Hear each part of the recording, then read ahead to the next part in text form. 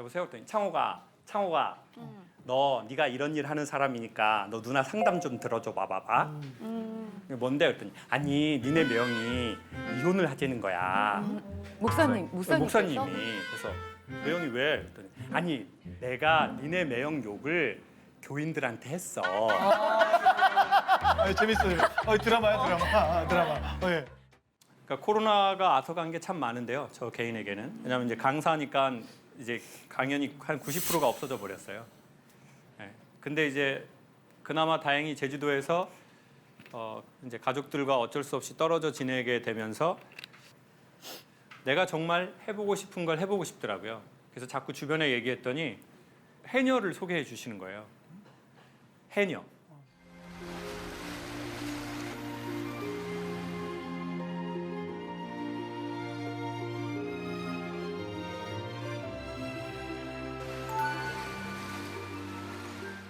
뭐 설명이 따로 필요 없을 것 같습니다. 유쾌, 상쾌, 통쾌한 소통 국가대표 김창옥 교수님 모셔보겠습니다.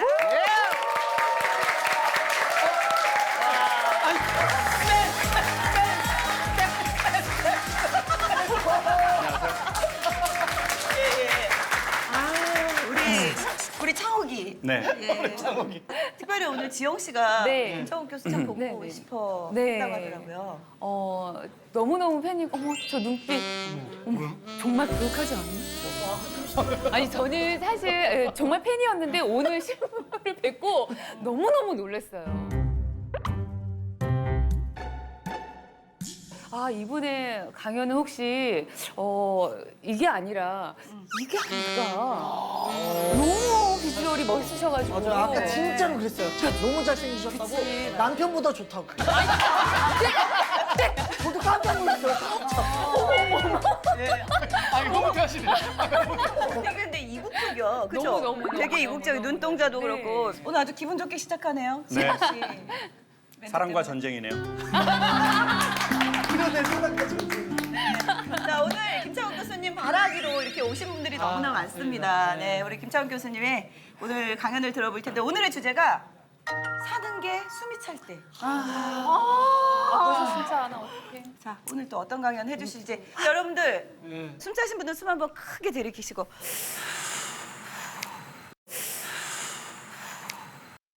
시킨다고 다 하시네요, 이런 거를. 나도 열심히 했어. 사실 이게 숨이 막힌다는 표현이 뭔지 알잖아요. 뭔지 우리. 알죠. 예, 우리의 숨을 이렇게 조금 확 쉬어주는 강연을 기대해 보겠습니다. 네. 자, 우리 김창욱 교수님의 강연 들어보겠습니다.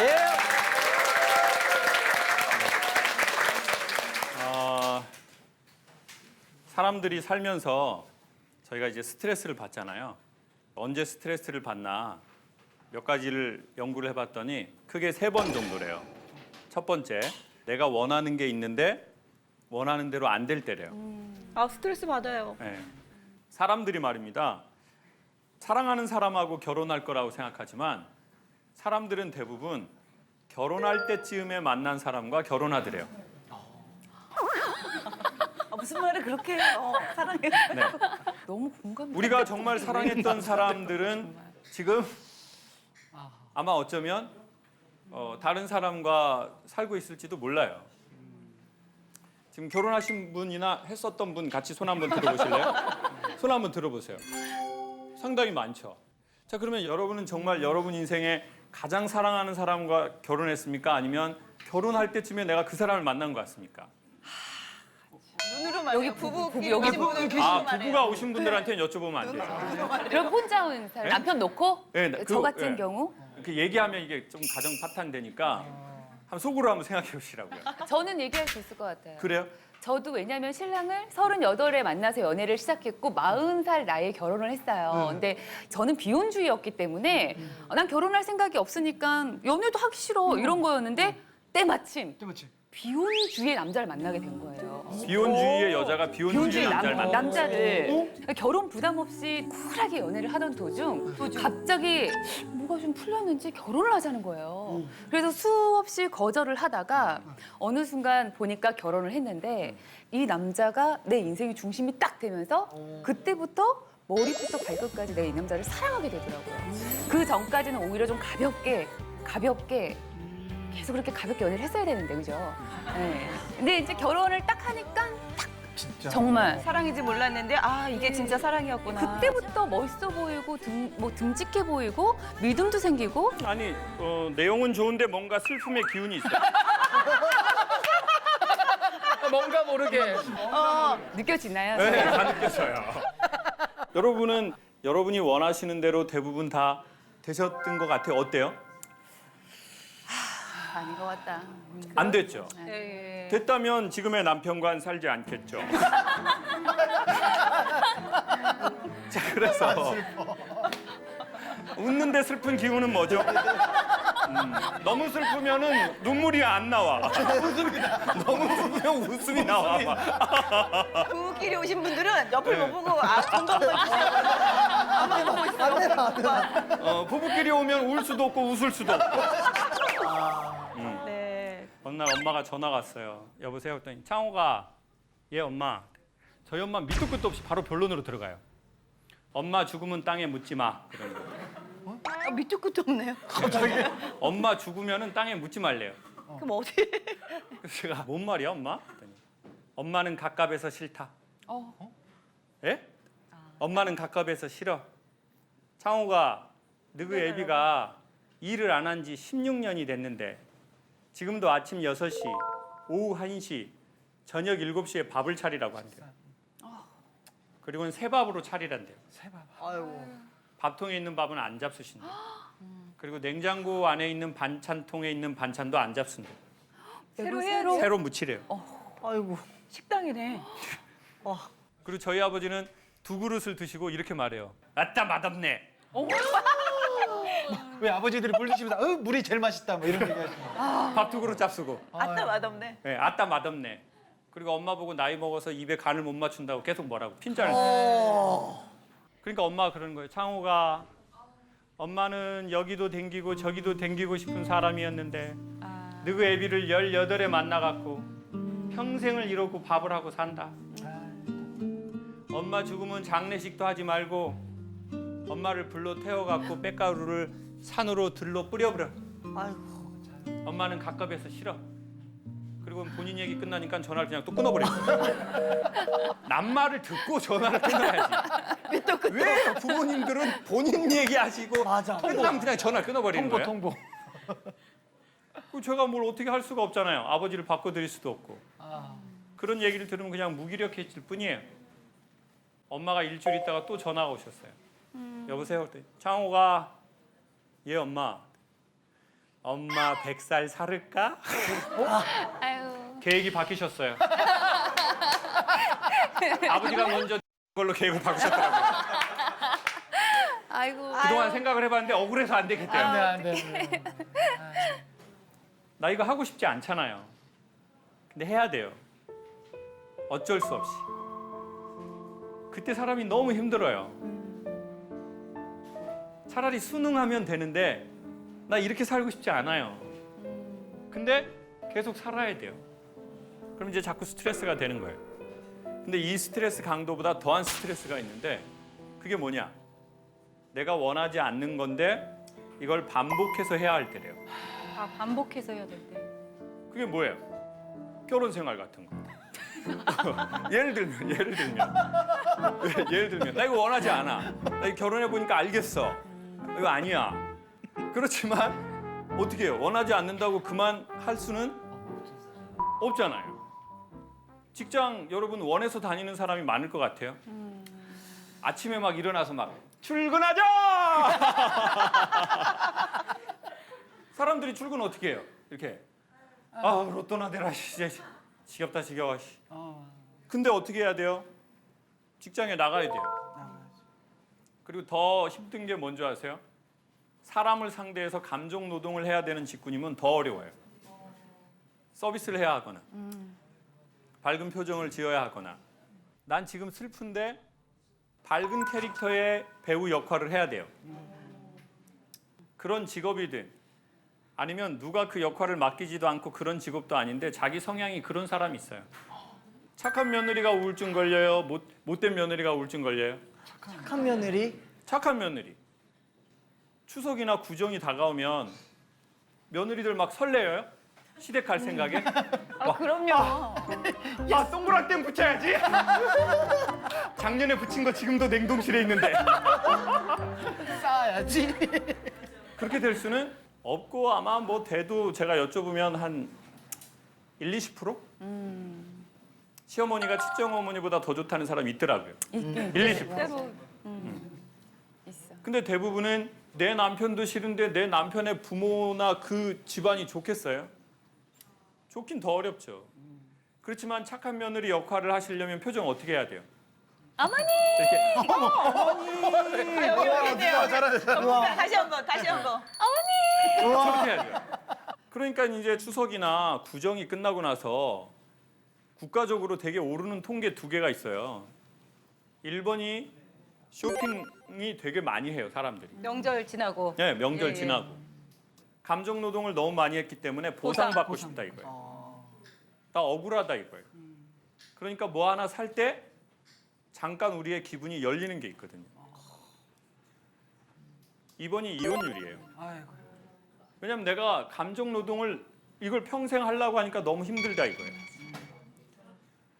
그러니까 이제 그런 남편과 그런 아내와 그런 직장과 그런 삶으로 들어가면 우리가 너무나 스트레스인 거예요.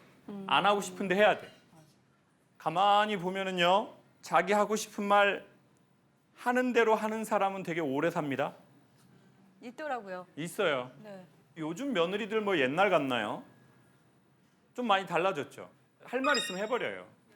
뒤에서 하는 거 싫어해. 정의롭지 못하다고 생각해.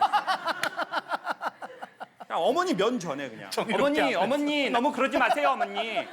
뭐 그렇게 대단한 아들 주셨다고. 이런 며느리들은 지속이에요. 속병이 없어요. 시어머니만 속병으로 돌아가셔. 시어머니 또 착하셔가지고 화도 안 내고. 어머, 요즘 애들이 많이 달라졌구나.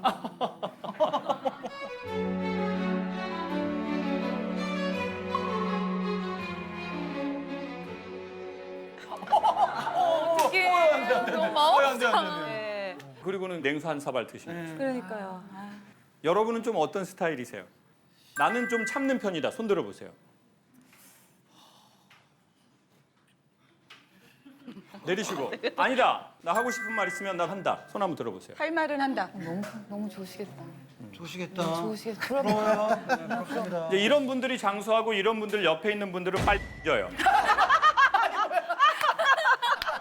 자, 그래서 세 번째는 어떤 사람이냐면 이게 가장 큰 문제를 유발할 수 있는데 어느 날 내가 나이가 먹었다고 생각이 드는 때가 있어요. 남자들한테 언제 나이가 먹었다고 느껴지세요? 그랬더니 남자들이 옆에 새치가 먼저 나거든요. 그 여기에 뭔가가 새치가 나올 때 내가 좀 나이를 먹었나?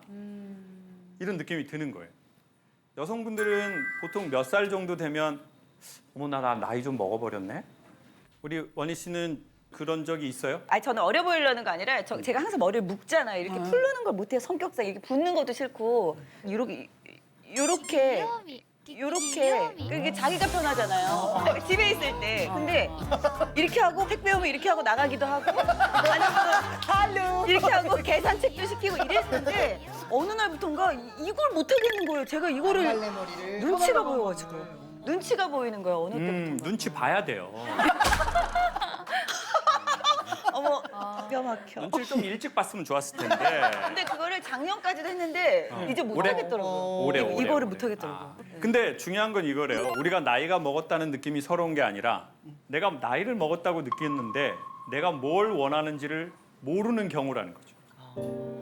사람이 모든 것을 갖추었을 때 만족하는 게 아니고 자기가 원하는 걸 갖추었을 때 만족하는 것 같거든요. 네. 근데 그러려면 내가 원하는 걸 알아야 되잖아요. 그게 인기인지, 그게 사람인지, 그게 어떤 장르인지. 근데 내가 뭘 원하는지를 모르겠어. 나이는 먹어버렸어. 맞아. 그러니까 사람이 젊을 때는 자기가 막 해야 할 일이 많아요. 여성들은 아이를 낳으면 육아에 너무 정신이 없어요.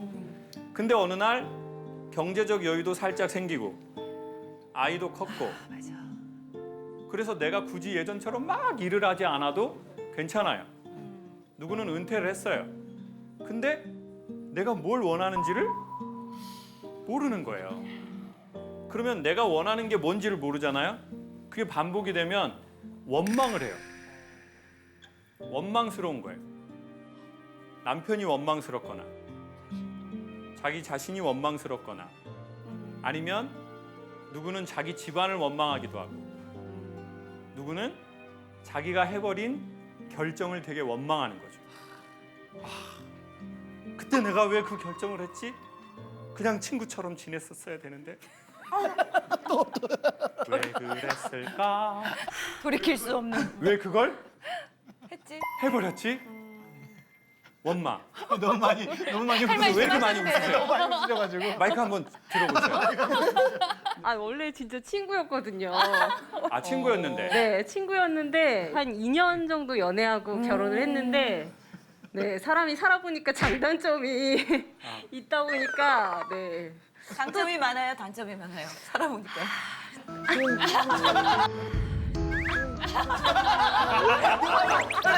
무릎을 싹 눌렀어요. 무릎을 싹 눌렀어요. 아, 장점이 많은 편이에요. 오늘 이 강연도 남편이 신청한 거거든요. 네. 자 그런데 어느 날 내가 너무 억울한 거예요. 내가 원하는 게 뭔지 모르니까. 그럼 원망해요. 원망을 자주 하다 보면 한이 돼요. 맞아요. 그럼 원과 한의 합성어가 뭐예요? 귀신. 원한. 귀신이요? 원과 한의 합성어는 원한. 원한이잖아요. 원한이 맺히면 어디를 떠돌아요? 구천을. 구천 떠돌죠. 구천이 어디예요? 백화점이라고요. 구층. 백화점 계속 떠돌아. 사지도 않아요. 근데 백화점 떠돌 때가 그나마 건강할 때예요. 아. 나중에 힘이 없잖아요. 백화점 가기도 싫어. 그럼 계속 택배를 시켜 집에서. 그러니까 그런 우리의 정서적 허기가 착각을 불러일으키는 거죠. 아. 술이 땡긴다. 정말 우리가 술이 땡겼던 게 아니라 우리의 정서가 문제가 있으면 술이 땡기거든요. 그런 스트레스가 몇 가지에 의해서 없어지는데 온도가 1도 올라가면 녹아버리더래요. 온도를 빨리 올릴 수 있는 게 뭐예요? 사우나, 운동. 근데 그 자리에서 바로 올릴 수 있는 게 독한 술이라고요. 그러니까 화가 나면 어떤 술이 땡겨요? 소주. 소주나 폭탄주. 그러면은 그냥 순간 들어가가지고 그냥 몸의 온도를 확 올려줘요. 혈관 타고 스트레스를 쫙 녹여줘요. 반복하면 암에 쫙 걸려. 안 돼. 그러니까 분명히 하나를 얻고 10개를 잃어버리는 거죠.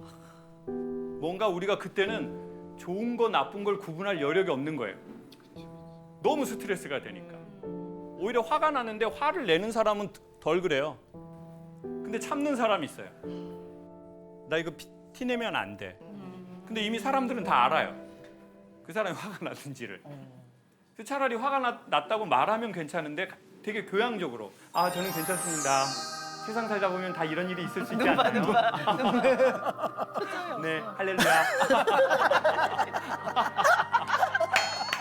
아니 그래야 될 때 있어요, 진짜. 네? 맞아, 진짜. 아 그러니까 그게 사회적 역할이 그래야 될 때가 있다니까요. 맞아요. 그리고 그 사람 직업이 그럴 때가 있어요. 아, 어쩔 때는 참는 게 나을 때가 있잖아요. 폭발하면 또 일을 그르치니까. 그렇죠. 그러니까 네. 우리의 몸을 상하게 하는 방식으로 우리가 얼른 우리의 거를 잠재우는 거죠. 스스로 좀. 네. 사람이 원하는 걸 할 때 그 스트레스가 사라지는 게 있거든요. 근데 원하는 걸 모른다는 거. 그리고는 계속 하고 싶은데 못 하고, 하기 싫은데 해야 하고, 또 나이는 먹었고 나는 뭘 원하는지 모르겠고, 이런 게 계속 반복되면 여기 화가 쌓여. 마음과 정신에 자꾸 하나씩 문제가 생기기 시작해요. 살이 어느 날 쪘어요? 어느 새 쪘어요? 어느새요. 처음부터 그렇게 장난꾸러기는 아니었죠. 처음엔 장난 아니었지만 어느 날 보니까 장난꾸러기 돼가지고 장난꾸러기. 개구쟁이 돼가지고 귀여워. 어느 날 찐 게 아니고요. 어느새 쪘거든요. 근데 어느 날 확인한 거예요. 맞아. 진짜 맞네. 저는 누나가 4명 있어요. 저랑 이제 제일 친한 누나가 막내 누나예요. 막내 누나는 이제 원희 누나랑 동갑인 쥐띠예요. 왜 내 나이를 왜 밝혔어. 띠만 똑같네. 띠만. 쥐띠, 쥐띠. 쥐띠. 네, 저는 소띠. 제가 어렸을 적에 근데 누나랑 많이 싸웠어요. 그리고 저한테 누나니까 말을 올리라고 그러더라고요. 한 살 차이님. 한 살 차이니까. 네. 어이가 없다고 그랬죠, 제가. 그러니까 너무 싸우니까 엄마가 가위바위보에서 진 놈 하나 띠라고 그러더라고요. 뭐야? 너무 싸우니까. 소쿨 소쿨. 새끼가 너무 많아서 하나 찢어도 티가 안 난다는 거예요. 그냥 그래도 5개가 있으니까. 근데 누나가 목사님 와이프예요. 누나가 또 전화가 온 거예요. 여보세요? 그랬더니 창호가 네가 이런 일 하는 사람이니까 너 누나 상담 좀 들어줘 봐봐봐. 뭔데? 그랬더니 아니 니네 매형이 이혼을 하자는 거야. 목사님, 목사님이. 그래서 매형이 왜? 그랬더니 아니 내가 니네 매형 욕을 교인들한테 했어. 재밌어요. 드라마야 드라마. 드라마. 예. 누구한테 했어? 그랬더니 아니 내가 권사님한테 했거든. 그러면서 내가 집사님들한테 말하지 말라고 했어. 근데 권사님들이 집사님한테 말을 한 거야. 그리고 그 집사님들이 장로님한테 말을 했어. 그래서 온 교회가 알게 됐어. 전교인. 전교인이. 한명한테 얘기했는데. 선배한테 그럼 얘기했는데. 목사님만 모르시는 거네요? 아니 그래서 이제 목사님 귀에도 들어간 거죠. 매형 귀에도. 그래서 제가 매형 욕을 왜 교인들한테 해? 누나 했더니 창호가 나는 틀린 말은 안 해. 나는 틀린 말은 안 해. 나는 맞는 말만 해. 그러니까 진실을 얘기했다는 있는 얘기. 네, 있는 얘기를. 그 교인들한테. 네. 그래서 아유 어떻게 하려고 그래? 그랬더니 아니 나는 이혼 못해. 그래서 제가 왜? 신앙 때문에? 아니 모아둔 게 없어 창호가 내가. 현실적인 내가 얘기다. 지금 이혼할 때가 아니야 창호가. 나는 그냥 같이 살아야 돼 지금. 제가 이제 작년에 디스크 수술했거든요. 갑자기 수술 들어가기 전에 1시간 전에 누나한테 문자가 온 거예요. 그래서 창호가 누나가 요즘 많이 아파. 제가 수술 들어가기 1시간 전인데 자기가 너무 많이 아프다고 지금 문자가 온 거예요. 그래서 아니 뭐야 이랬더니 저녁에 잠이 안 오고 억울해. 그리고 가만히 있으면 눈물만 나. 그래서 누나가 오늘 너 수술하는데 못 갈 것 같아. 어디 좀 갔다 올게. 그래서 제가 그 수술 들어가는 이 베드에 누워서 누나 어디 가서 누나 하고 싶은 거 며칠 하다가 와. 계좌번호 불러봐 그랬어요. 그랬더니 누나가 답이 바로 온 거예요. 569.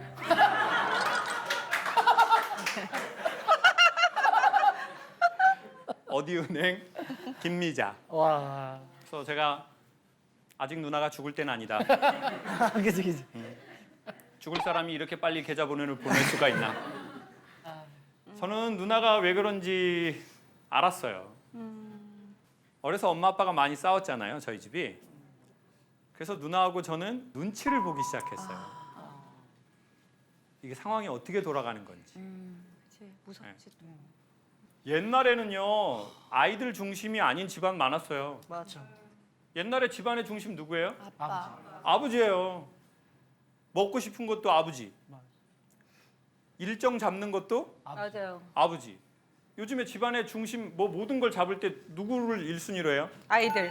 아이들. 2번 아내, 3번 개. 4번 눈치 보는 아저씨. 여기 있다 4번 여기 있다 4번이다. 요즘 개는 눈치 안 봐요. 남편들만 눈치 보지. 네. 그때는 눈치를 많이 봤어요. 누나도 똑같이 그랬죠. 일종의 트라우마네요. 그쵸. 왜냐하면 힘들면 힘든 표정으로 있지 않아요. 분위기가 안 좋으면 자기가 얼른 자기의 탤런트로 붐업을 시키는 거예요. 텐션을 또. 네, 텐션 줘가지고. 얼마나 힘들어. 근데 그게 너무 많아지면 문제가 생기죠. 잘 관리하지 않으면. 그래서 누나 목소리를 좀 낮춰봐. 계속 분위기 띄우려고 하지 마 누나. 가만히 이렇게 좀 흙탕물이 내려가서 이렇게 있듯이 이렇게 있어. 잠잠하게. 근데 왜 이렇게 우리가 또 못 있는 줄 아세요? 안 돼. 이렇게 하면 슬픔이 너무 많은 사람들은 슬픔이 드러나거든요. 평온한 얼굴이 나오는 게 아니에요. 호흡이 이렇게 떨어지면 자기가 갖고 있는 가장 많은 에너지가 드러나요. 그게 우울이든 무력감이든 슬픔이든. 그러면 그거를 내가 마주쳐야 돼요. 마주치기가 너무 싫은 거예요. 마주칠 힘도 없고. 그러니까 어떻게 해버려요? 정신을 다른 데로 팔아야 돼요. 막 얘기하든지. 그러니까 자꾸 얼굴에 가면이 되는 거예요. 나중엔 누가 난지도 모르겠는 거예요. 가면성 우울증이라는 거. 하고 싶은 거 못했고, 하고 싶지 않았는데 계속했고, 그리고 더 중요한 건 그게 힘든 일이라는 걸 자기가 몰랐어요. 자기가 힘든 일을 하고 있는지 모르는 사람이 있어요. 왜냐하면 꼭 해야 했기 때문에, 아니면 하고 싶었으니까, 아니면 너무 절박했기 때문에. 그러니까 여성분들 경험해 봤잖아요. 겨울에 길에서 자빠져 봤어요? 자빠져 봤죠? 네. 안 아파요. 놀라워요. 벌떡 일어나. 집이 이쪽이지만 반대로 가게 돼. 그때 소모즈처럼 소리도 들려요. 피난다! 이 소리가 들려. 왜 추운 겨울날에는 사람들 앞에 넘어졌는데 아픈지 몰랐을까요? 인간이 자기가 힘들다는 것도요, 마음에 여유가 있을 때 자기가 힘들다는 걸 감지하더라고요. 내가 너무 절박해. 너무 돈도 없고, 너무 상황이 안 좋아. 그리고 해결해야 될 너무 큰 문제가 있어요. 그러면 내가 아픈지 몰라요. 집안에, 우리 가족에 되게 큰 문제를 안고 있는 사람이 있잖아요. 모든 에너지가 이 사람한테 쏠려요. 형제든 부모든.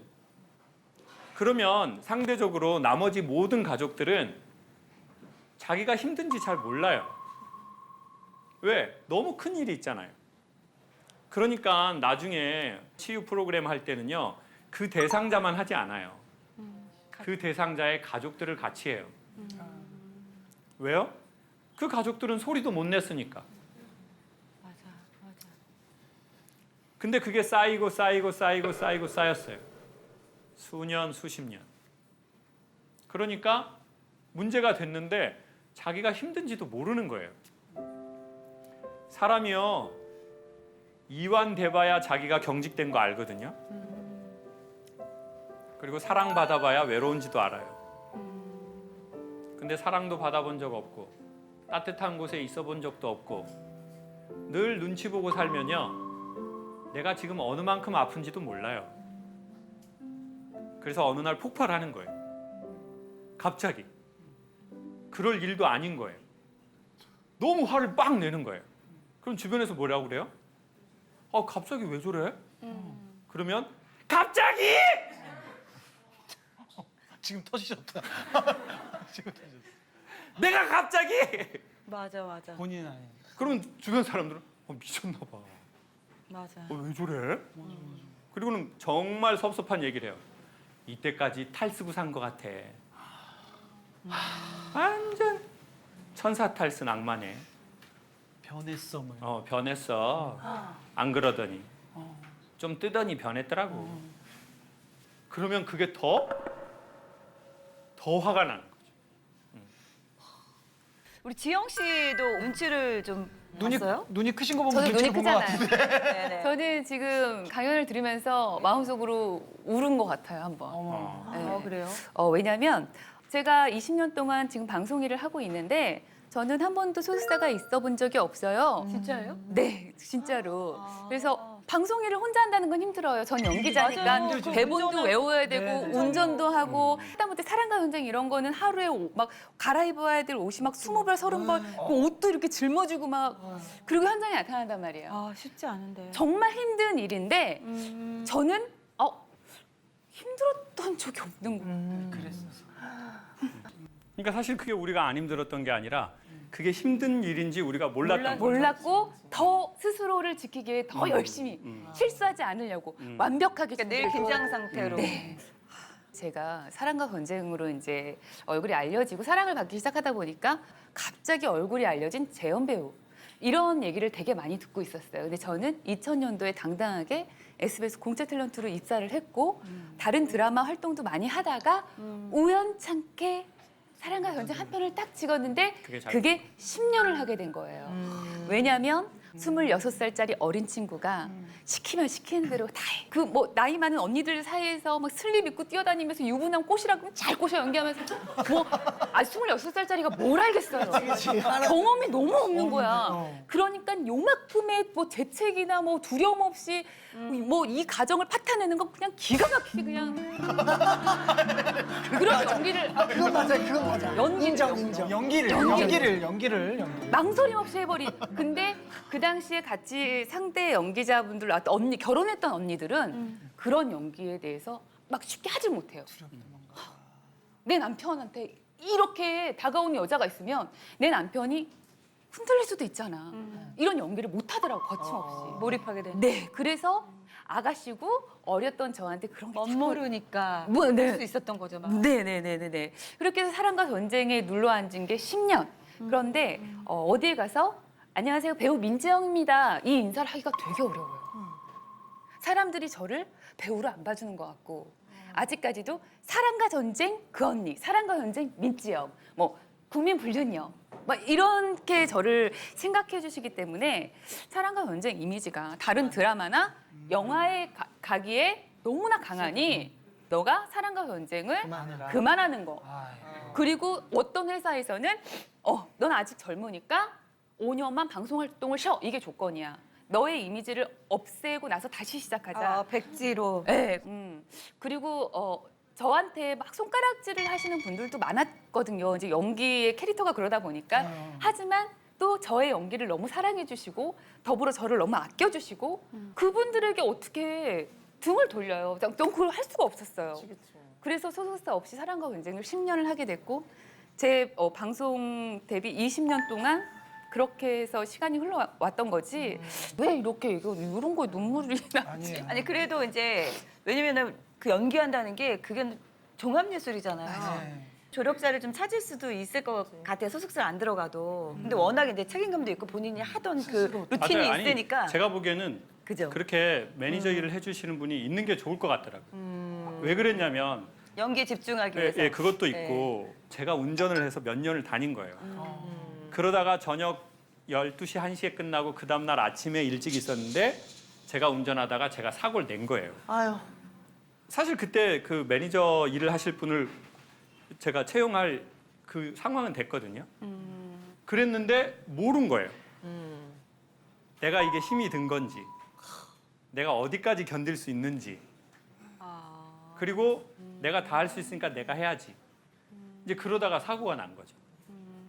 네, 그래서 아까 그런 느낌도 또 들었고요. 또 하나는 제가 제 모습을 얘기하시는 것 중에 본 게 뭐가 있냐면 저는 강연을 전공한 게 아니잖아요.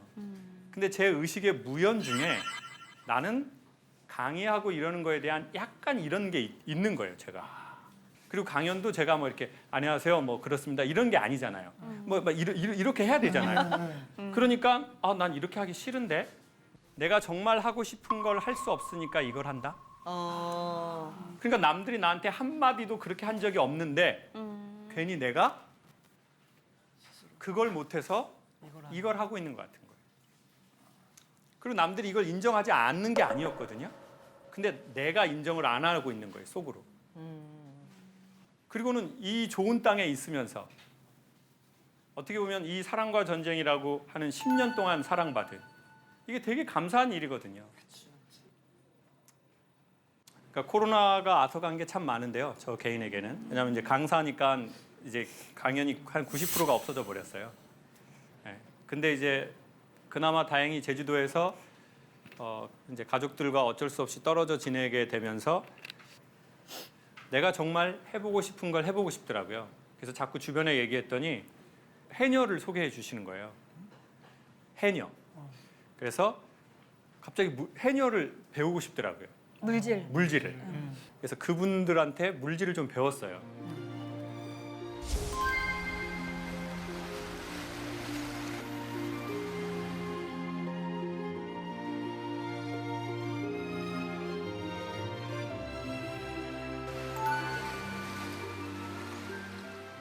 물질은 보통 뭐 3m에서 뭐 5m, 7m에서 10m, 그 다음에 15m 이렇게 해서 상군, 중군, 하군으로 나뉘어요.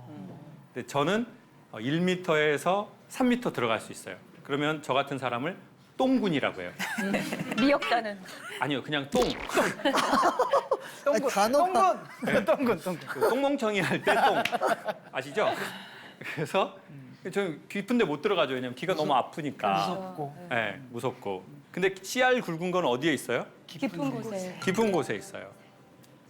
그래서 선배 해녀가 자기의 해녀 물질을 수십 년 마감하고 자기의 그 도구 있잖아요. 그걸 후배한테 주면서 딱 한마디만 해요. 네 숨만큼만 허라이 이렇게 말해요. 제주도 사투리로. 왜냐하면 깊은 곳에 들어가서 씨알 굵은 거를 따려면 네. 숨을 참아. 참을 줄 알아야 돼요. 네. 근데 숨을 참으려면 숨을 쉬어야지. 쉴 줄 알아요. 쉴 줄 알아야 돼요. 이게 숨의 역설이에요. 근데 문제는 참을 줄만 알고 숨을 쉴 줄을 모르는 게 생겨버린 거예요. 자기가 언제 숨을 쉬는지도 어떻게 할 때 자기의 마음과 정신이 숨을 쉬는지도 모르는 거예요. 그냥 오로지 숨을 참을 줄만 아는 거예요. 여러분은 언제 숨을 쉬시는지, 어디에서 숨을 쉬시는지, 누구하고 있을 때 숨을 쉬는지 우리가 그것을 더 나이가 들기 전에 알아내면 좋겠어요.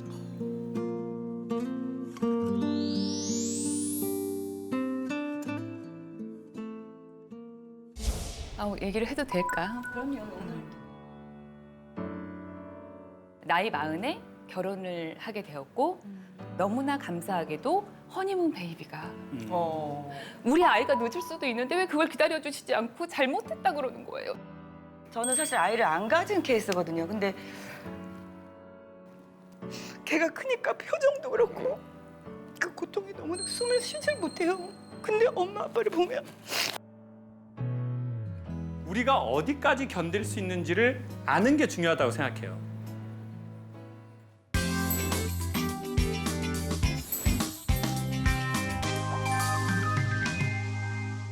제가 대학을 2군데 나왔거든요. 제가 음악대학 하나 나왔고 이제 그 전에 제가 원래 대학을 한 군데 더 나왔었어요. 뭐 그 대학이 조금 이름이 있어서 별로 제 출신 대학을 얘기를 하진 않아요. 네. 해병대 나왔어요. 항상 반전이 있어서 잘 들어요. 잘 들어요. 잘 들어요. 해병대 표 다 아시잖아요. 한 번 해병, 영원한 해병. 뭐 잡는 해병이요? 귀신. 귀신. 다 알아요. 저희 대학 표는. 근데 군대에서 너무 힘든 거예요. 맨날 때려요. 거의 맨날 맞은 것 같아요. 눈 크다고 때리는 거예요. 근데 겉에다가 말도 못 하겠는 거예요. 이미지가 있어서.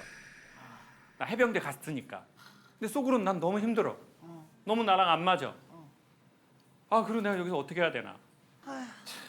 동물의 왕국 같은 프로를 보면 야생 동물이 초식 동물을 잡으려고 해요. 궁지에 몰렸어요.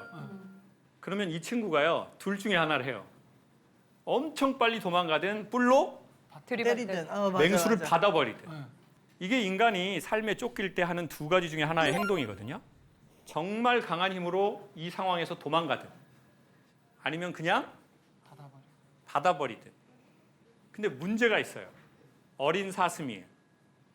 뿔도 없고 다리에 힘도 없는 사슴들. 그런 이 사슴들은 어떻게 하냐? 도망갈 힘도 없어요. 받아버릴 용기도 없어요. 그러면 순간 몸에서 다량의 마취 물질이 나와버린대요. 죽은 척하는 거. 그리고는 눈을 까짓고 입에서 거품이 나면서 기절을 해버린대요.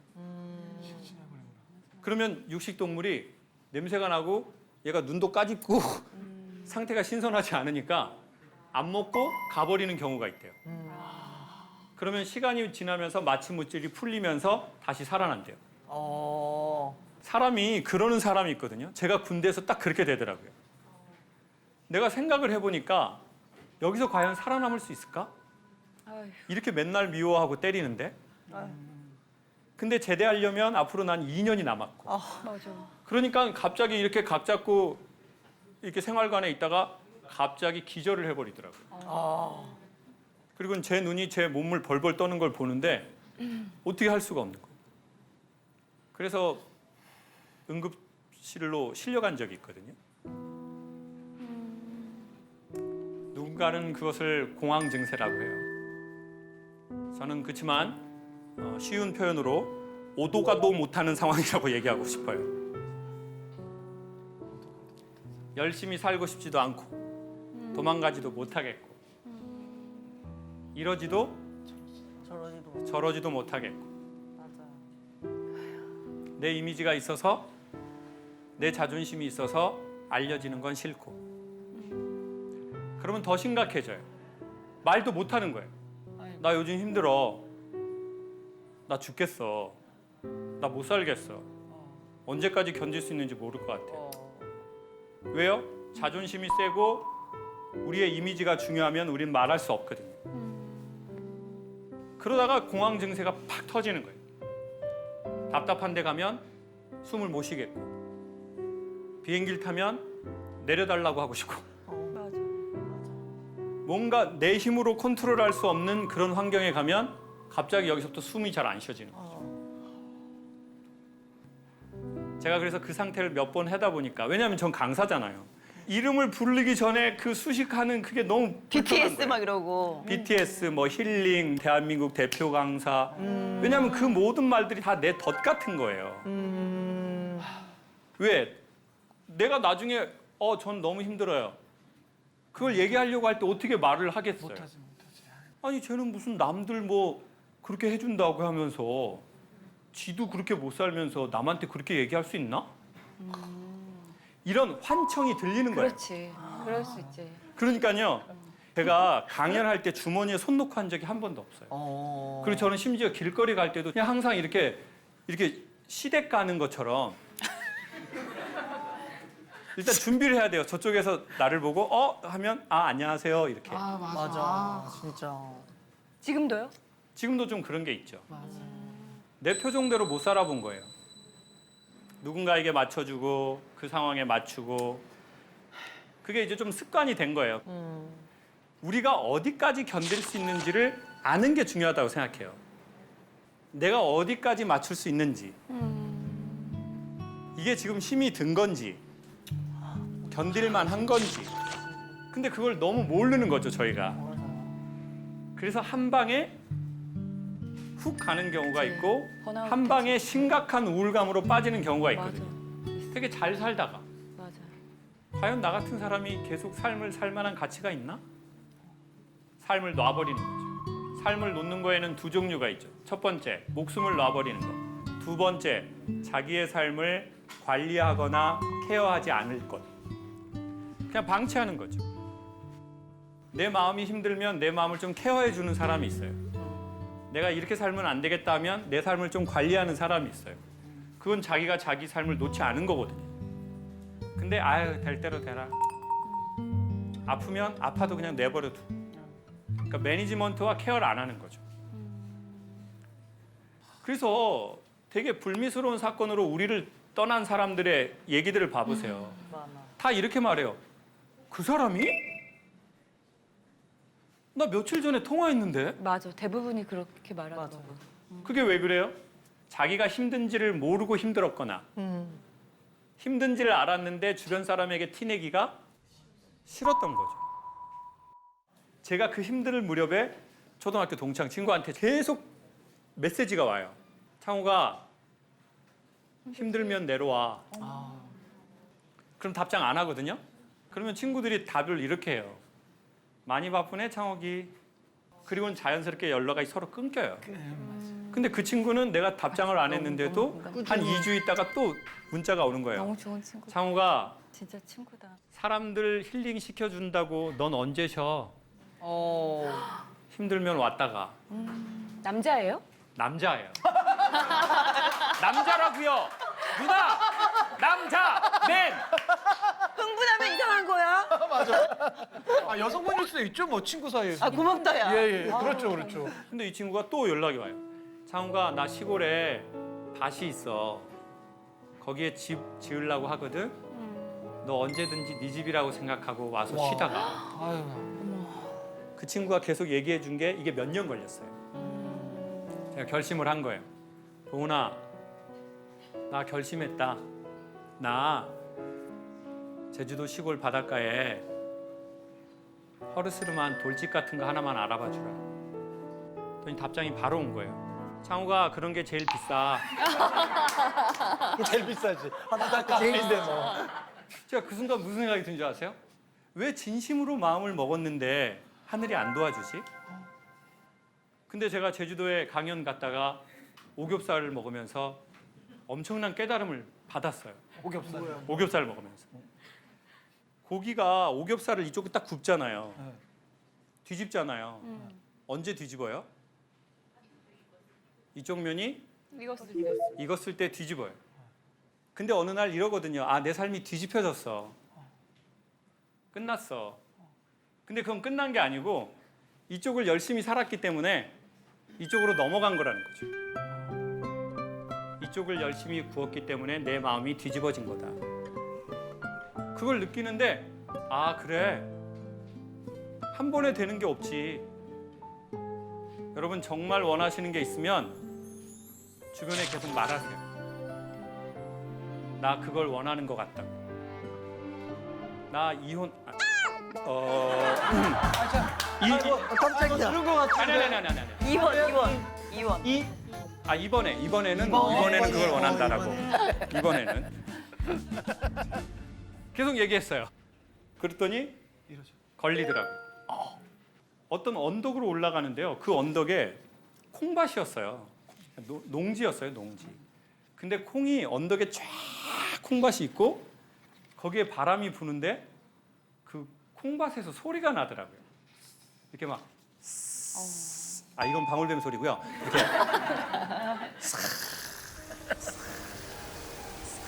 소리가 나는 거예요. 갖고 와봤어요.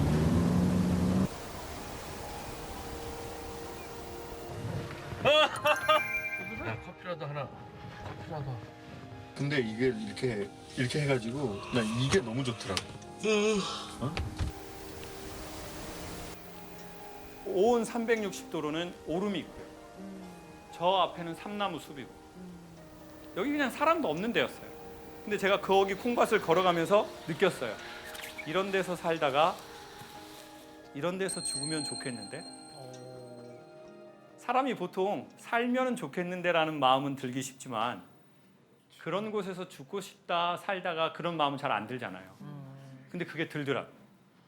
마음이 그냥 다 뭔가가 이렇게 치료되는 느낌인 거예요. 너무 좋아가지고 언덕에 올랐는데 앞에 무덤이 하나 큰 게 있네요. 명당짜리래. 병가 무덤은 명당짜리. 미리 어느 분이 오셔서 털을 잡으셨어. 좋은 자리는. 그래서 아, 형 근데 이게 도로에서 3km가 떨어졌는데 저녁에 무덤하고 형만 있어야 되는데 괜찮겠냐. 그래서 제가 사람들이 죽어서 오는 좋은 땅을 내가 살아서 왔다. 와. 죽어서 계속 좋은 곳에 가려고 하기보다 살아서 좋은 곳에 자주 가셔라. 그 좋은 곳이라는 곳은 화려한 곳이 아니라 자기에게 맞는 곳인 거죠. 그래가지고 이제 그 언덕에서 나중에 이제 메밀이 피더라고요. 그리고 또 청보리가 또 농사 짓는 곳이니까. 그러니까 또 이게 막 청보리가 이렇게 올라오니까 언덕에 바람 제주도 많이 불고 가니까 막 너무 좋았겠다. 그리고는 제 영혼의 고향이 된 것 같은 거예요. 제가 제주도가 고향이잖아요. 아. 근데 저는 고향이 좋지 않았어요. 왜냐면 엄마 아빠 다투는 걸 많이 봐서. 태어났다고 고향은 아니거든요. 어디가 고향이냐면 가고 싶은 곳, 살고 싶은 곳, 죽고 싶은 곳. 거기가 고향이죠. 떠날 때 아쉽고 갈 생각하면 설레이고. 그게 고향이죠. 사람이든 땅이든. 그래서 제가 이제 되게 좋아하는 연주자분을 초대해서 제주도로 오보의 연주자분이신데 고향의 봄이라는 그 노래가 있잖아요. 오보의 소리 너무 좋잖아요. 이렇게 그래서 중저음으로. 서로를 좀 위로하고 좀 격려하고 힘나고 이러면 좋을까 하다가 그 오보의 연주자님을 오늘 이 자리로 초대를 했습니다. 박수로 한번.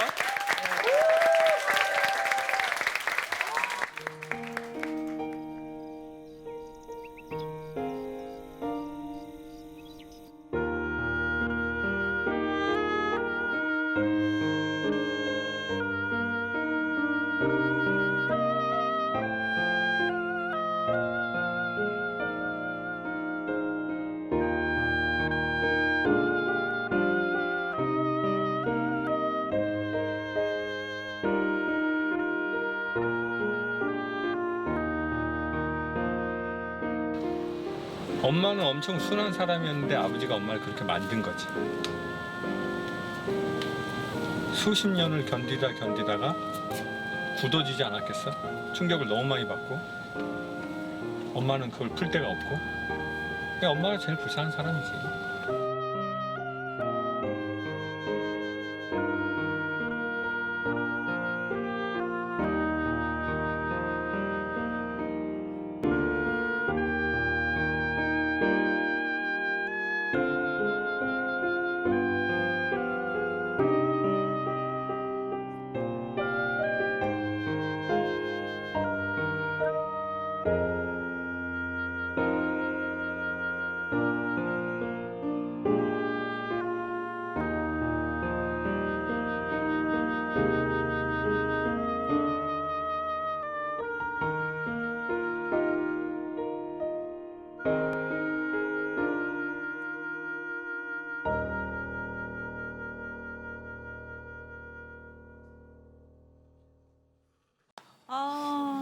아유.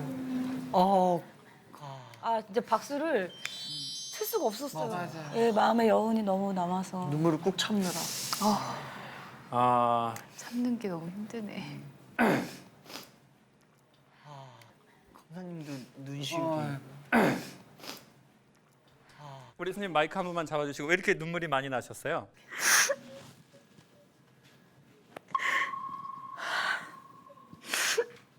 사실은 우리 도진 씨 누나예요. 아, 친누나. 그래요?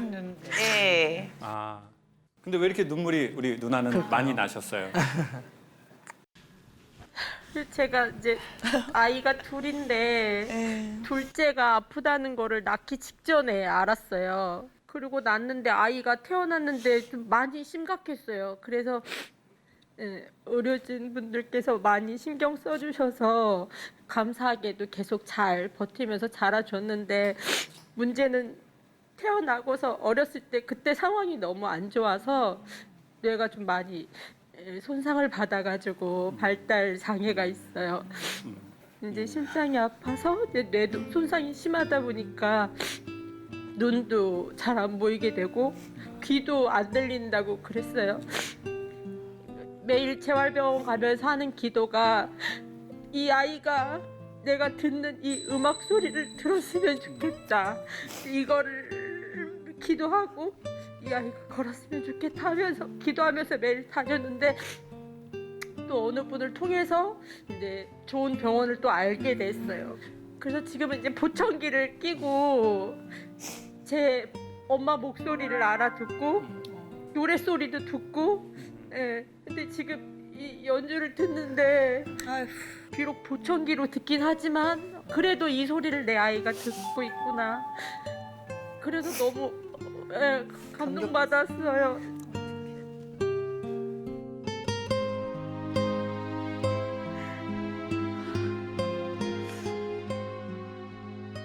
제게는 누나가 셋이 있어요. 셋이 있고 부모님이 일찍 돌아가셔가지고 저희 큰 누나가 저를 키우면서 계속 뒤에서 응원하고 거의 엄마 같은 분이죠. 큰 누나하고는 나이 차이가 몇 살? 8살 8살. 차이가 나요. 네. 부모님 두 분 다 돌아가신. 근데 어머니는 이제 어렸을 때 이혼하셨고 아, 아버지가 이제 키우셨는데 아버지가 일찍 돌아가셨죠. 아버지가. 네. 참 제가 이 자리에 원희 누나한테도 또 고마웠던 게 원희 누나를 통해서 세브란스의 그 심장 교수님을 소개를 받아서 수술을 해서 아주 좋아진 어떻게 보면 아주 좋은 심장을 받게 됐죠. 그래서 지금은 건강하게 살고 있는데 원희 누나는 진짜 어떻게 보면 저희 가정에 저희 누나의 큰 은인이라고 또 생각해서 근데 도진 씨가 이제 누나의 이런 또 아픈 것도 얘기했지만 제가 이제 도진 누나를 보기 전에 도진 씨를 봤을 때 항상 조카 생각. 걱정은 할 수 있는데 항상 주변에 우리 조카 어떻게 하면 나을 수 있을까? 어떻게 보면 나을 수 항상 그 뭐 삼촌이니까 당연한 거겠지만 항상 머릿속에는 그 조카 생각이 있더라고요. 제가 이제 병원에서 급하게 이제 제왕절개 수술을 해야 된다고 했는데 그때 이제 남동생이 왔어요. 근데 저는 이제 큰애를 봐줄 사람이 없는데 큰애가 이제 더 걱정이 되더라고요. 뱃속 아기보다는. 근데 그때 저한테 저희 큰애를 봐줄 테니까 누나 걱정 마 그랬어요. 병원도 같이 입원했어요. 저희 큰애가 있으니까 1인실에서 같이 이제 3명이서 같이 있고 아기를 이제 있으면 이제 저희 둘째를 또 같이 우유도 먹여주고 기저귀도 갈아주고 그렇게 이제 2년을 옆에서 그렇게 했는데 제가 항상 물어봤어요. 너 괜찮냐? 너 진짜 일 없냐? 자기 정말 일이 없대요. 근데 그거를 제가 3년 지나서 알았어요. 그때 일이 있었는데 포기했다는 거를. 그 노래가 정말 간절히 하고 싶었을 텐데 그 꿈을 내 자식도 아니고 누나의 자식 때문에 포기했을 그 마음이 너무 안타깝고 너무 아파가지고 너무 미안했어요.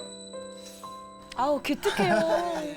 이때 한참 이렇게 연예인 생활하면서 뭔가 세상 의식하고 이렇게 사람한테 인기 얻고 싶고 이럴 나이인데 가족을 먼저 생각하고 철이 일찍 든 게 조금 그렇긴 하지만 너무 기특한 것 같아요.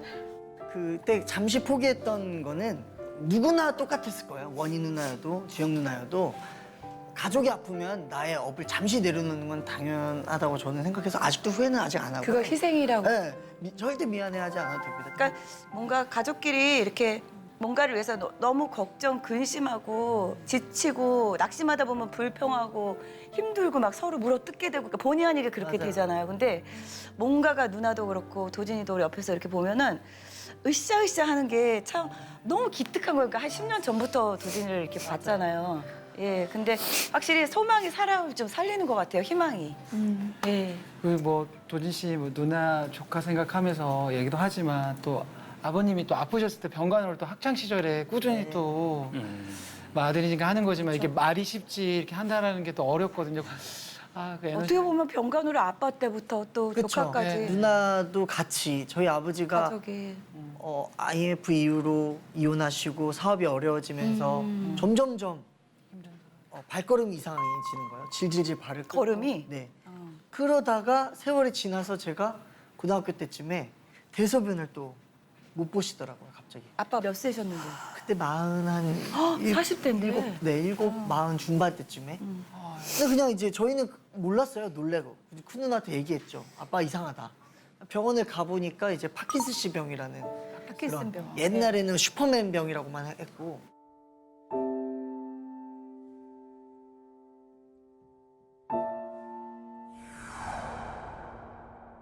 치료가 안 된다. 이건 어쩔 수 없다. 그래서 어느 날은 멀쩡하신데 어느 날은 대변을 그냥 바지에다가 소변을 또 하시고 그렇게 병간호를 이제 꾸준히 했죠. 그러다가 이제 점점점 안 좋아지시더라고요. 그래서 집에 비밀번호 치고 문을 열었는데 문이 잠겨 있는 거예요. 이 잠금 장치로. 안쪽에서? 네.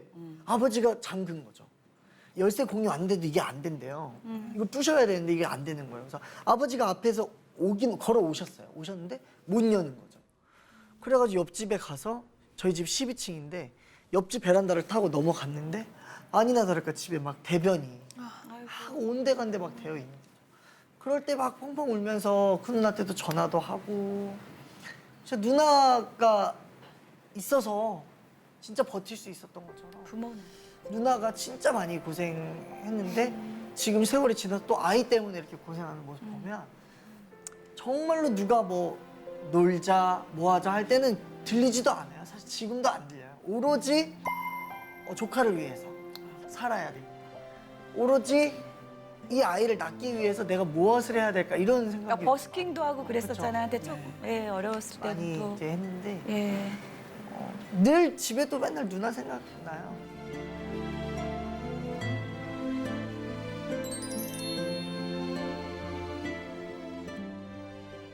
도진 씨는 이렇게 가수 생활도 하고 무명 생활도 지나고 아버지 또 조카 하면서 힘든다는 얘기를 해본 적 있으세요? 어때요? 사실 누나를 보면서 자랐기 때문에 당연하다고 그냥 생각하면서 살았던 것 같아요. 아. 32년을 그냥 누나 바라보고 이게 당연한 거지. 나만 근데 힘든 게 아니니까. 네, 사람들이 다 놀래하는 거 보면서 아, 내가 힘들게 살았구나라는 걸 알게 된 거죠. 근데 사실은 누나를 바라보면 저는 뭐 힘들게 사는 게 전혀 아니더라고요. 뭔가 어리광을 필 나이에 철이 아이고, 들어버리니까 좀 그랬어? 슬픈 것 같아요. 뭐 이 시점에서 좀 아버지께 하고 싶은 얘기가 있나요? 이제 제가 도진이랑 8살 차이가 나다 보니까 아버지에 대한 기억은 제가 제일 많아요. 그때는 아빠의 모습이나 아빠가 아픈 것보다는 이제 동생들이 힘들어하는 게 더 먼저 보였었어요. 어리니까. 네, 그리고 이제 저희들 셋은 딸이다 보니까 아빠를 씻길 수가 없는데 그때 저한테는 너무 어린 동생인데 동생이 아빠를 씻겨야 한다는 게 그것만은 내가 할 수가 없어서 동생이 해야 된다는 것도 그거 너무 마음이 아프고 좀 밉기도 하고 예, 그랬었는데 돌아가시기 직전에 이제 작은 아버지께서 아빠가 바다 사람이니까 바다를 보여주고 싶은데 이제 바다까진 갈 수가 없어서 강화를 가자고 해서 같이 갔었어요. 아버지를 모시고 갔는데 이제 그때 마지막 저를 바라보시는 그 눈빛이 그동안 고생했다 사랑한다라고 하는 그 눈빛이었어요. 그때 그 눈빛을 제가 느꼈는데도 아빠 나도 사랑해라고 말을 못했어요. 그게 지금도 제일 많이 남아요. 저를 제일 많이 이뻐했는데 제가 또 아빠를 많이 미워하고 못되게 굴어서 그게 참 미안하고 그리고 만약에 또 기회가 된다면 그때도 아빠 딸로 태어나고 싶다고 말하고 싶어요. 그때 정말 아빠가 제 앞에서 밝게 웃고 환하게 웃고 할 정도로 아빠한테 사랑한다고 말하고 아빠를 안아줄 것 같아요.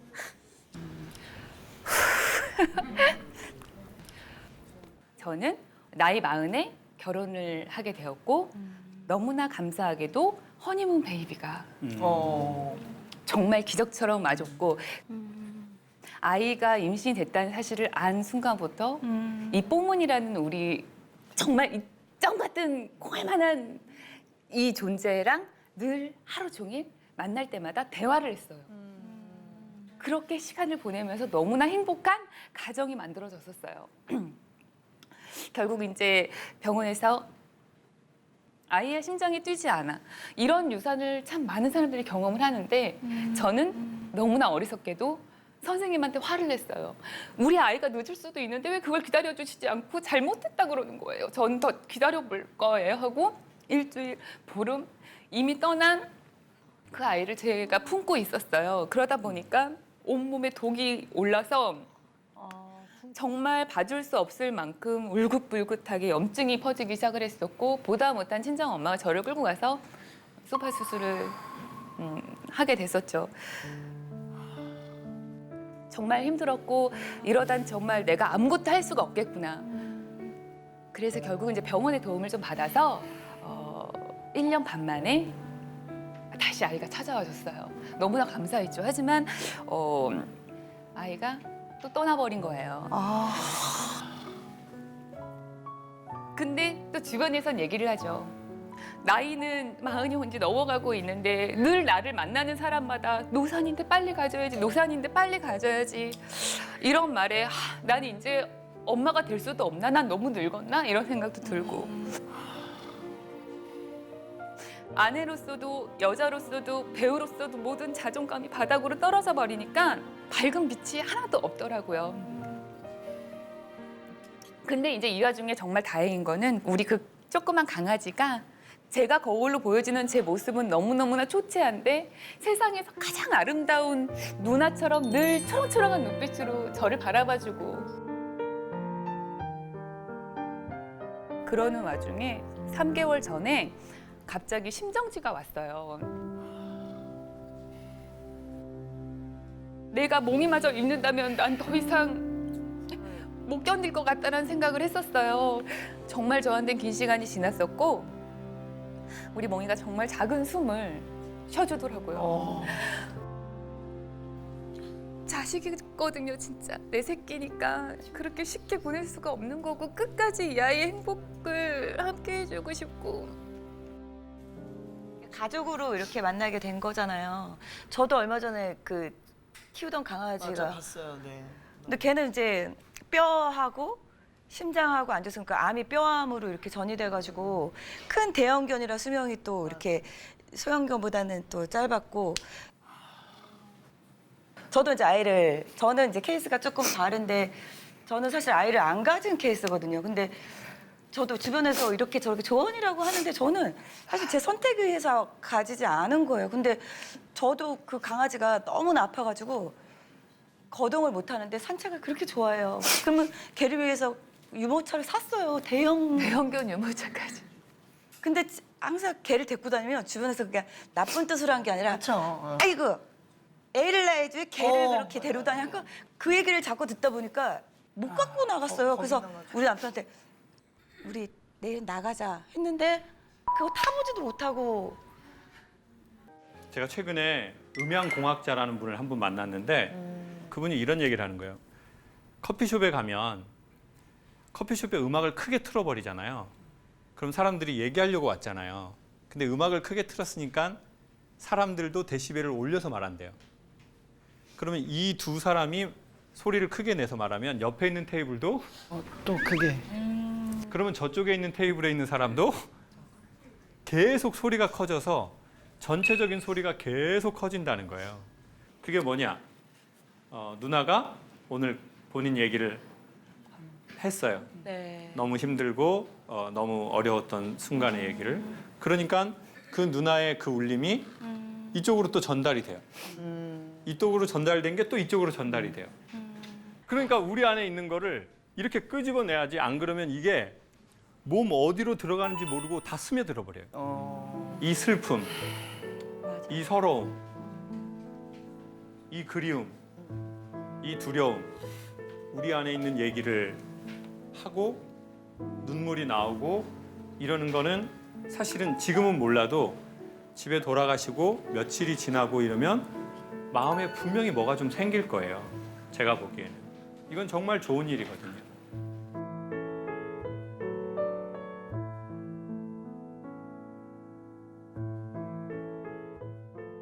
이번에는 그 청중 여러분들의 이야기와 또 궁금증을 저희가 사전에 좀 모아놨거든요.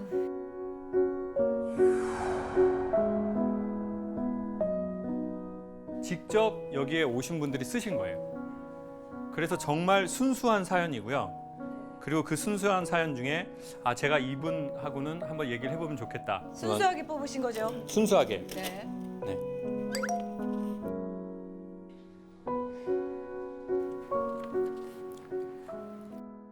공황장애와 우울증으로 힘듭니다. 어떻게 하면 벗어날 수 있을까요?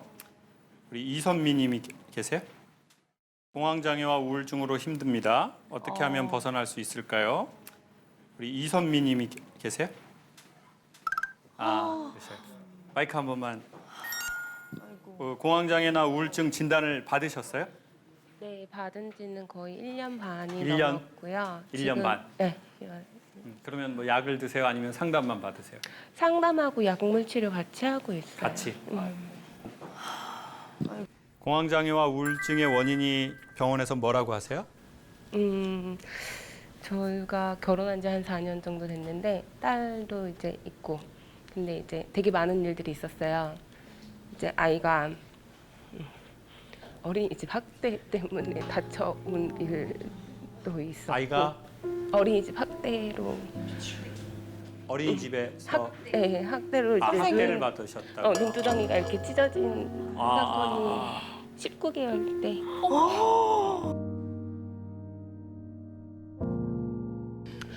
그래서 많이 힘든 상태였고 이제 또 최근에 아버지가 아프시면서 간경화 진단을 받으셨는데 몰래 술을 또 드시는 거예요. 너무 힘드니까 본인도.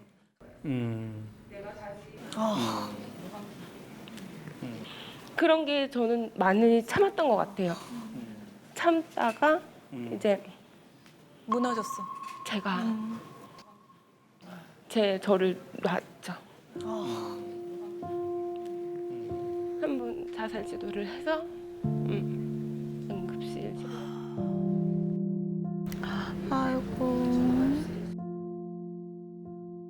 오늘 여기는 혼자 오셨어요? 신랑이랑 네? 남편하고 남편분은 이 과정을 다 알고 계시죠?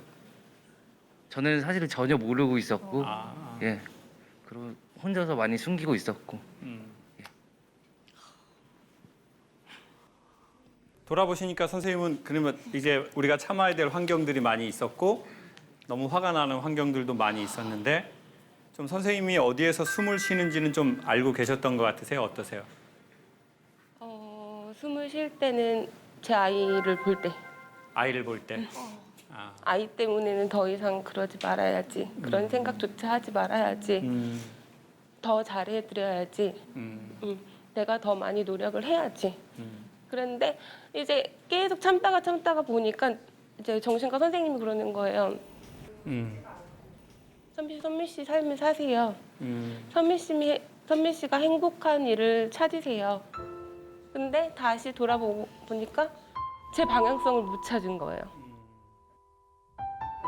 내가 다시 예전에 결혼하기 전에 했던 일도 못 하겠고 다시 두렵고 뭘 도전하기도 쉽지가 않고 그런 게 너무 힘드니까 공황장애도 오고 불안장애까지 와서 계속 불안한 거예요. 조금만 행복해도 이 행복이 금방 깨질 것 같은 거, 우리 아이가 갑자기 사라질 것 같은 그런 불안장애도 생기니까 그게 제일 많이 힘들어요. 이제 제가 전에 되게 유명한 레스토랑에서 식사를 할 때 벽에 식구가 걸려 있었어요. 그게 뭐였냐면 구름은 바람 없이 움직일 수 없고 사람은 사랑 없이 움직일 수 없나니였어요. 구름을 움직이게 하는 건 오직 바람밖에 없어요. 근데 사람을 움직이게 하는 건 사랑이에요. 맞다. 자기 삶에 대한 애정이 없고 자기 삶을 일으키려는 마음이 없으면 이 자리에 올 수 없고 우리 몸이 이동할 수 없거든요. 그래서 선생님 마음 안에 자기 자신에 대한 사랑이 있고 내 삶에 대한 애정이 아직 있으니까 그 애정을 이렇게 붙들고 이렇게 올라갔으면 좋겠어요. 그리고 최근에 신경과학회에서 몇 가지의 이론이 발표가 됐어요. 사람의 호흡과 뇌파가 아주 안정된 상태가 어떻게 하면 찾아오는지였어요. 근데 봤더니 기도를 하거나 명상을 하거나 요가를 할 때보다 더 강력한 신경이 안정되는 상태를 발견했어요. 자, 몇 가지의 경우가 있는데요. 고맙다라고 느낄 때래요. 아, 이 상황은 이거는 참 고마운 일이야. 라고 자기가 생각하고 느낄 때 기도하거나 명상을 할 때보다 더 안정을 보이더래요. 사람의 몸.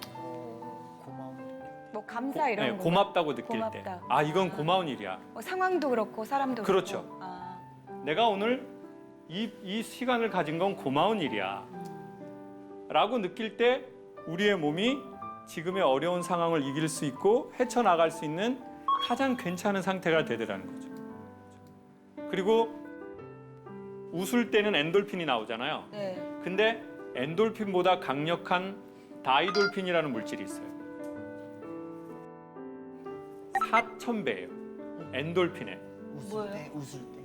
이 엔돌핀의 4,000배에 해당하는 물질은 웃어도 나오지가 않아요. 그러면 어떻게? 언제 나오나 봤거든요. 약으로도 만들지를 못하고요. 어떤 음식을 먹어도 섭취도 안 된대요. 인간이 감동을 받거나 깨닫는 순간에 다이돌핀이 몸에서 나오더래요. 자, 제가 지금 나오드래요 할 때 이렇게 하신 분은 몸에서 다이돌핀 다 나오신 거예요. 제가 나오드래요 할 때 거의 80%가 이렇게 하셨다고요.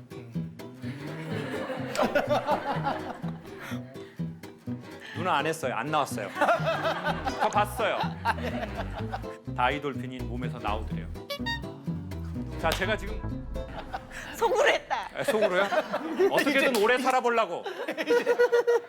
자, 지금 내 삶 너무 힘들어요. 내 삶이 바닥이야. 정말 바닥이야. 마음도 뒤집어지고 정신도 뒤집어지고 몸도 뒤집어졌어요. 가만히만 있지 말고요. 가만히 있는 시기가 지나고 나선 절대 혼자 있으면 안 돼요. 좋은 만남을 갖는 거예요.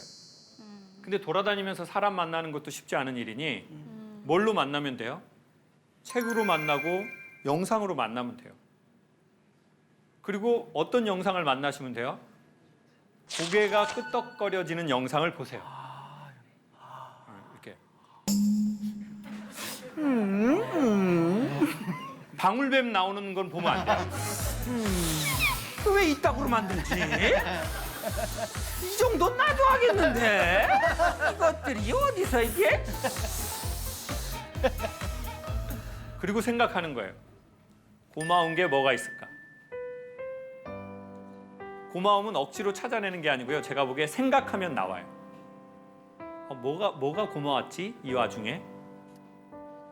그러니 지금 함께하는 이 한순간이나 이 찰나의 순간을 우리가 너무 소중하게 생각하면 될 것 같아요.